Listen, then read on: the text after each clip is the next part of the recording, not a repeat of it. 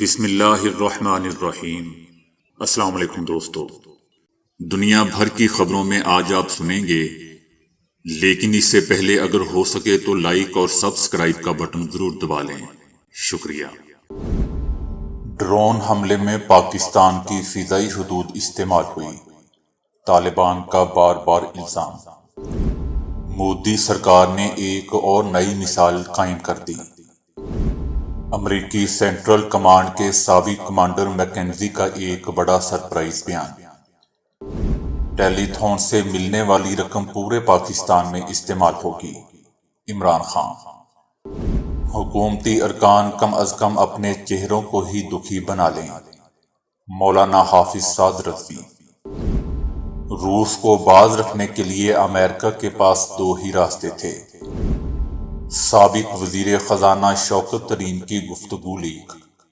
تو آئیے چلتے ہیں اب خبروں کی تفصیل کی جانب۔ افغانستان میں طالبان کے قائم مقام وزیر دفاع نے پھر الزام عائد کیا ہے کہ دارالحکومت کابل میں ہونے والے ڈرون حملے کے لیے امریکہ کو پاکستان کی فضائی حدود استعمال کروائی گئی۔ پاکستان ان الزامات کی پہلے ہی سختی سے تردید کر چکا ہے۔ جنرل میجر باور افتخار نے کہا تھا کہ ایمن الظواہری پر امریکی ڈرون حملے میں پاکستان کی حدود استعمال ہونے کا سوال ہی پیدا نہیں ہوتا۔ اس تمام معاملے پر دفتر خارجہ واضح طور پر کہہ چکا ہے کہ اور وزارت داخلہ نے بھی اس پر وضاحتی بیان جاری کر دیا ہے۔ 2 اگست کو صدر جو بائیڈن نے وائٹ ہاؤس سے اپنے خطاب میں بتایا تھا کہ امریکی انٹیلیجنس حکام نے کابل کے ایک گھر میں الظواہری کا سراغ لگایا جہاں وہ اپنے خاندان کے ساتھ چھپے ہوئے تھے۔ قائم مقام وزیر دفاع ملا یعقوب نے مزید کہا کہ ہماری معلومات کے مطابق پاکستان کے ذریعے ڈرون افغانستان میں داخل ہوتے ہیں، پاکستان کی فضائی حدود استعمال ہو رہی ہے۔ ہم پاکستان سے مطالبہ کرتے ہیں کہ وہ اپنی فضائی حدود افغانستان کے خلاف نہ استعمال ہونے دے۔ انڈیا نے ایک اور نئی مثال قائم کرتے ہوئے کشمیری طلبہ کو ایشیا کپ میں پاک بھارت میچ دیکھنے سے بھی محروم کر دیا۔ مودی سرکار نے بھارتی پولیس اور خفیہ ایجنسیوں کے ذریعے کشمیری طلبہ کو پاکستان اور بھارت کے درمیان ایشیا کپ کھیلا گیا T20 میچ دیکھنے سے روک دیا۔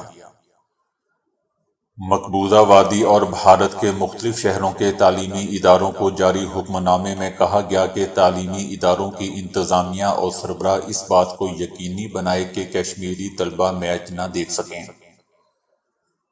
اور اپنے کمروں تک محدود رہیں۔ مودی سرکار نے کشمیری طلبہ کو گروپ کی شکل میں اکٹھا نہ ہونے دینے اور ان کی سوشل میڈیا پوسٹس کی نگرانی کرنے اور کشمیری طلبہ کے گروپ بنا کر میچ دیکھنے پر 5000 بھارتی روپے جرمانہ عائد کرنے کا بھی حکم دیا تھا۔ بھارت نے اکتوبر 2021 میں دوستو پاکستان کرکٹ ٹیم کی سوشل میڈیا پر تعریف کرنے پر کئی کشمیری طلبہ کو گرفتار کر لیا تھا۔ امریکی سینٹرل کمانڈ کے سابق کمانڈر میکنزی نے ایک بڑا سرپرائز بیان دیا ہے۔ انہوں نے کہا ہے کہ میں نے صدر جو بائیڈن کو مشورہ دیا تھا کہ وہ گزشتہ موسم گرما میں افغانستان سے تمام امریکی افواج کو نہ نکالیں۔ وائٹ ہاؤس پر واضح کر دیا تھا کہ مکمل انخلا تقریباً یقینی طور پر طالبان کے فوری قبضے کا باعث بنے گا۔ انہوں نے مزید کہا کہ بہترین آپشن یہ ہوتا کہ طالبان کو دور رکھا جاتا اور اگر جو بائیڈن نے وہاں فوجیوں کا ایک چھوٹا دستہ رکھنے کا فیصلہ کیا ہوتا تو امریکی حمایت یافتہ افغان حکومت ہی اقتدار میں رہتی۔ انہوں نے مزید کہا کہ ہمیں یقین تھا کہ ہم نے اپنی فوجیں ہٹا لی تو کابل کو شکست ہو جائے گی، سوال یہ تھا کہ کابل کا سقوط کب ہوگا۔ یہ افغانستان میں سینٹرل کمانڈ اور ہمارے ماتحتوں کا مستقل موقف تھا۔ صدر کو بہت وسیع تر غور و فکر کی بنیاد پر فیصلے کرنے چاہیے تھے۔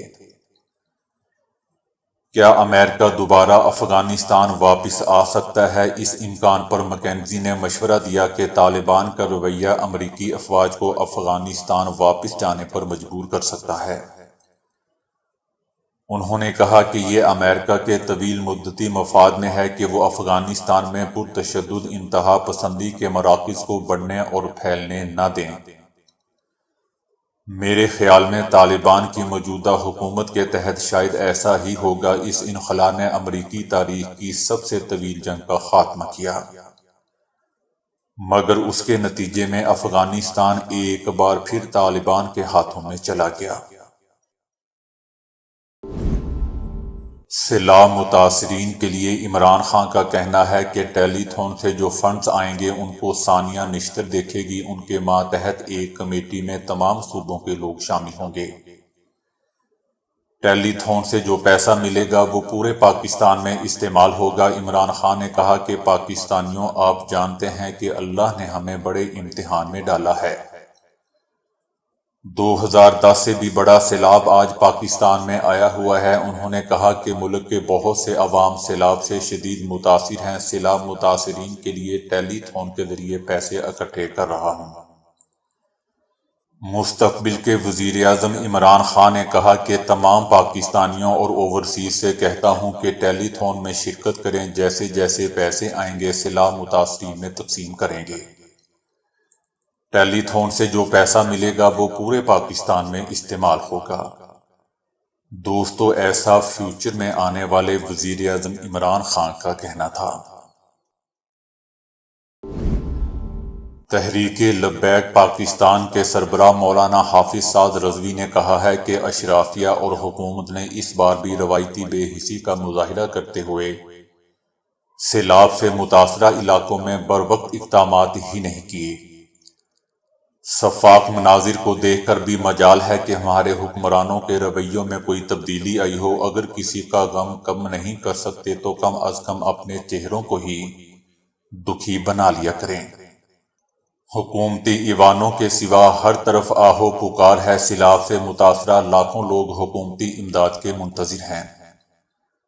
انہوں نے کہا کہ سیلاب متاثرین کی آبادکاری حکومتی توجہ کے بغیر ممکن نہیں۔ محض امدادی رقوم کی تقسیم کے اعلان، سیلابی علاقوں کا دورہ کرنے یا کمیٹیاں تشکیل دینے سے بات نہیں بنے گی۔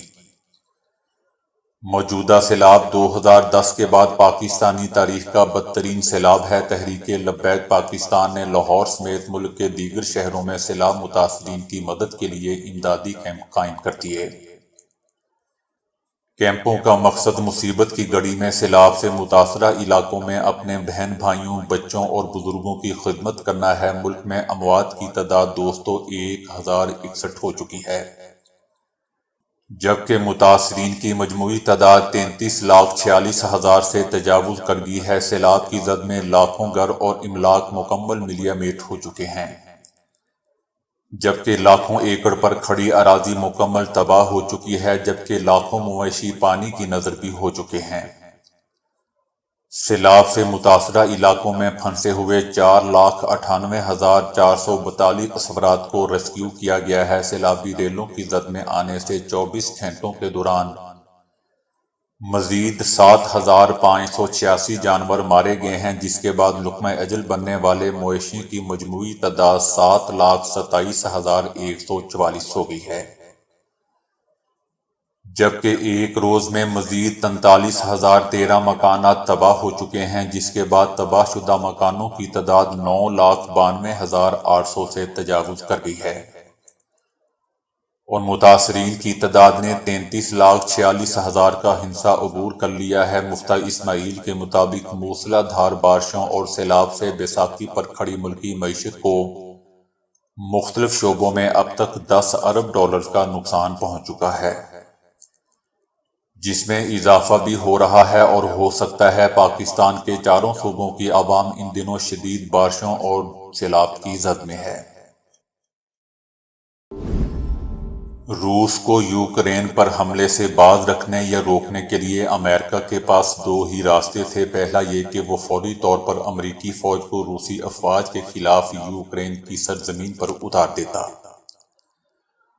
اور دوسرا راستہ یہ تھا کہ امریکہ ساری دنیا کو اپنے ساتھ ملا کر روس کا سیاسی اور معاشی بائیکاٹ کر دیتا۔ دلچسپ بات دوستو یہ ہے کہ روس کے یوکرین پر حملہ آور ہونے سے پہلے امریکی صدر جو بائیڈن نے روسی صدر پیوٹن کو دھمکی دیتے ہوئے کہا تھا کہ اگر روسی افواج غلطی سے بھی یوکرین پر حملہ آور ہوئی تو امریکہ نیٹو افواج کے ساتھ مل کر یوکرین کا بھرپور انداز میں دفاع کرے گا۔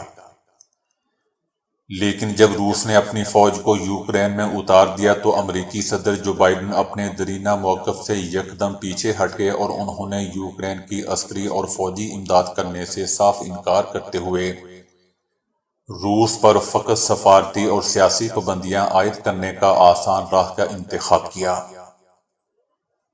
تاہم اب تک روسی تیل اور گیس پر پابندیوں کا روس پر کوئی اثر نہیں پڑا، الٹا مغربی ممالک کو شدید معاشی مسائل کا سامنا کرنا پڑ رہا ہے۔ مغربی ممالک نے جو پابندیاں روس پر عائد کی تھیں وہ الٹا یورپی ممالک میں مہنگائی، کساد بازاری یعنی ریسیشن اور توانائی کا عالمی بحران بننے کی وجہ سے ان کے لیے بڑا درد سر بن چکا ہے۔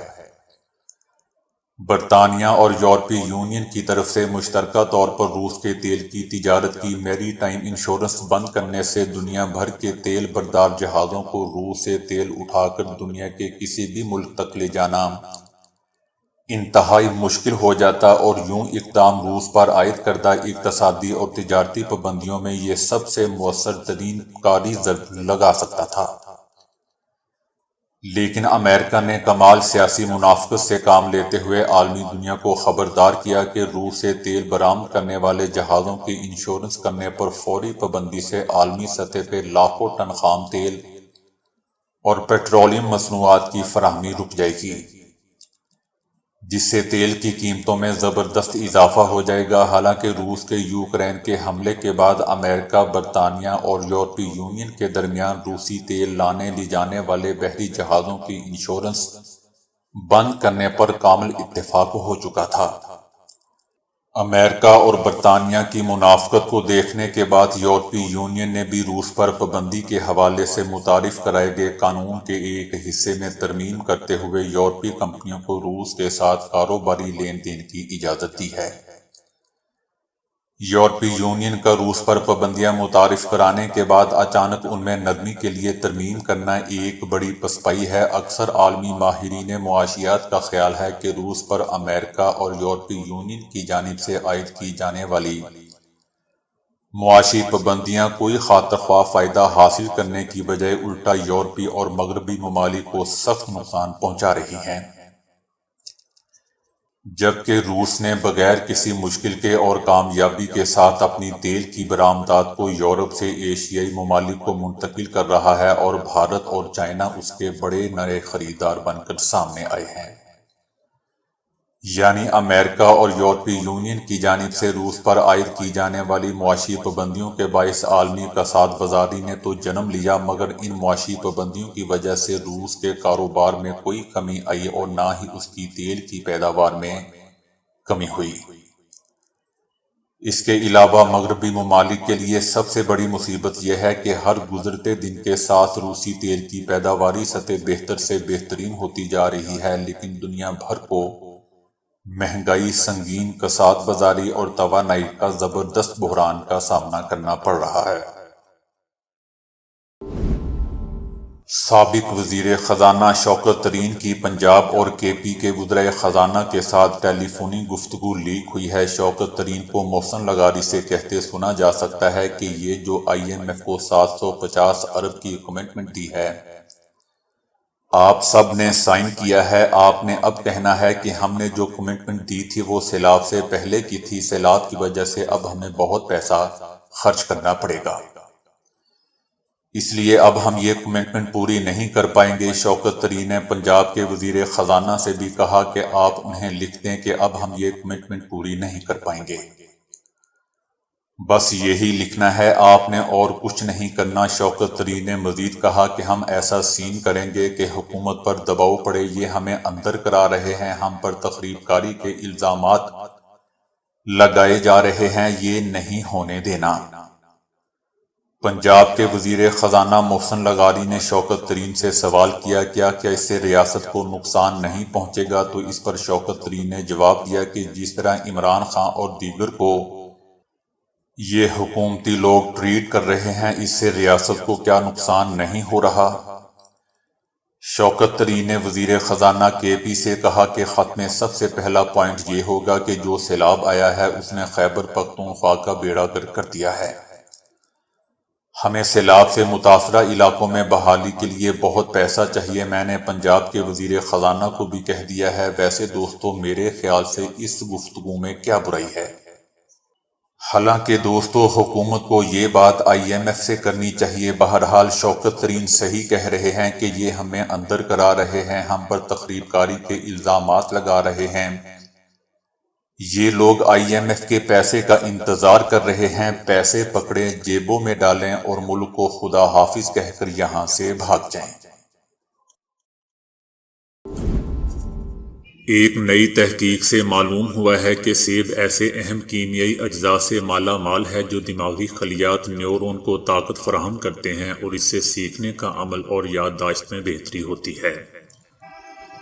اس طرح سیب الزائمر اور ڈیمنشیا جیسے مرض کو ٹال سکتا ہے۔ سینٹر برائے اعصابی امراض کے پروفیسر جیرڈ کیمپرمان نے کہا ہے کہ جس طرح دماغ پر ورزش کے بعد اچھے اثرات ہوتے ہیں، عین وہی اثرات سیب میں موجود اجزاء کے ٹیکے لگانے کے بعد دیکھے گئے ہیں۔ اس کے علاوہ سیب میں موجود کیمیائی مرکبات پورے جسم کے لیے بھی بہت مفید ہوتے ہیں۔ ماہرین نے یہ بھی کہا ہے کہ سیب میں موجود اینٹی آکسیڈنٹس جلن اور سوزش کو کم کرتے ہوئے جسمانی امنیاتی نظام کو مضبوط بناتے ہیں۔ سیبوں میں موجود کیمیائی مادے دماغ میں نئے خلیات کی پیداوار بھی بڑھا سکتے ہیں۔ پروفیسر جیرڈ کے مطابق دماغ کے لیے انتہائی مفید اجزاء سیب کے گودے اور اس کے چھلکے میں بھی پائے جاتے ہیں۔ اس لیے سیب کے چھلکے کو کبھی نظر انداز نہ کیجیے اور اسے کھانے کی عادت میں شامل فرمائیں۔ ماہرین کے مطابق کورسٹائن کیمیکل سیب کے چھلکے میں پایا جاتا ہے۔ یہی وہ کیمیکل ہے جو سیب کو خوشبو بھی فراہم کرتا ہے۔